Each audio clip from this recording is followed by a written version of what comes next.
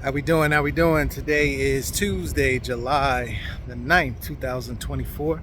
Just doing a real estate tap in with you for today. So a couple of things. It looks like there are more price cuts going on in most markets. Again, when we talk about real estate, we talk about it on a national level. So if you're seeing this, depending on where you live, this may or may not be the case, but overall and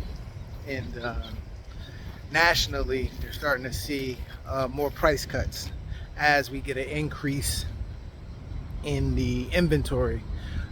The increase in inventory, along with where interest rates are right now, the combination of the two is causing some sellers. And the fact that I think that some of these sellers, have some distress, have some situation. So those three things combined, is allowing for a price cut.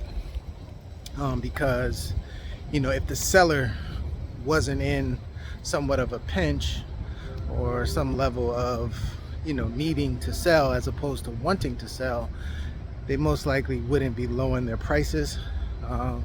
This is still technically the buying season, even though as we close out July, things tend to cool off a little bit. But, with those three factors, the inventory is going up, the interest rates being where they are, and possibly the seller having, a certain situation where they're saying, hey, we need to sell this property, whether they're thinking that the market is going to change and just want to kind of cash in on what they can, or they're feeling some type of distress. It's causing price cuts. Properties are staying on the market a little bit longer. That's mostly because of the buyer side, in my opinion, from the buyers not making the offers, or the offers not coming in where the sellers want them to be. So we are starting to see maybe this tilt back to a buyer's market, as we get into this second half of the year. And then also I saw an article where the Bank of California, they are selling $2 billion worth of business residential loans, which were the DSRC loans. Basically, that was a loan based on the income of the property. They would give you a loan based on how much income you would get from, renting the property out, how much it could take in terms of a rental value. They would give you a loan, and you were able to cash flow it as an investor. Starting to see a lot of those go bad. The deals are not penciling like they once were, and the Bank of California, who actually purchased a lot of assets from PacWest Bank, that had a big issue. They were in a similar situation to Signature Bank that folded.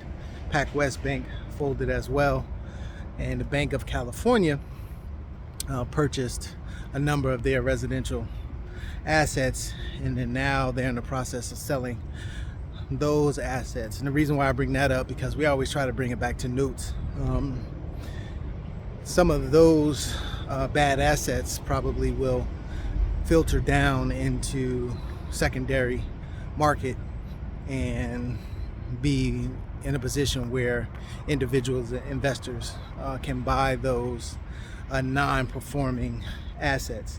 Out of $2 billion, JP Morgan, they'll go through and because they're buying them from the Bank of California, they'll go through them and say, this is part of this portfolio we want to keep. And then they'll package up what they don't want to keep, sell it off to hedge fund, some type of larger entity that can buy these loans from them. And then those companies will do the same thing. They'll go through what they buy from the bank and say, hey, we don't want to deal with these particular loans, and then those are the ones that'll kind of hit Main Street and be able to take advantage of some of those opportunities. So I say all that to say inventory is most likely going to pick up on the non-performing side, whether it be on the commercial side or the residential side, going into the latter part of this year into 2025. There'll be opportunities to purchase those non-performing assets, and there are opportunities to buy performing assets right now. So the note space looks like, you know, it's in for a good run. So definitely want to encourage people to understand notes, look at notes as a investment strategy for your portfolio, whether you're buying ones that are already created or if you're creating them yourself. You know, you want to know how to do that. So I just wanted to hit on those few things. I am going to do a video and post it to my YouTube channel. If not tonight, it'll be up there by tomorrow. I'm going to go through the numbers when you're selling with seller financing. This is, you know, for possibly realtors that have clients that want to sell, and then also individuals that want to sell their property. I'm going to go through the numbers and how it breaks down on, you know, the potential amount of money that you could make when selling with seller financing. So look for that video to be posted within the next 24 hours on my YouTube channel. And if it's done tonight, I'll probably post it on tomorrow's Real Estate Tap In, so you'll have it there as well. But be looking for that, because I think it's important for people. A lot of people, especially where I'm at in New Jersey, say no to seller financing, and a lot of times because they don't understand the numbers and understand it fully, they just automatically say no.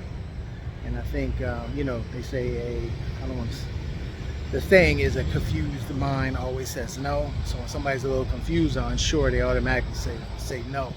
But hopefully the video will show you the benefits, the long-term benefits, the short-term benefits of selling with seller financing, and how you can sell the property, you know, and get more money for it if you sell it this particular way.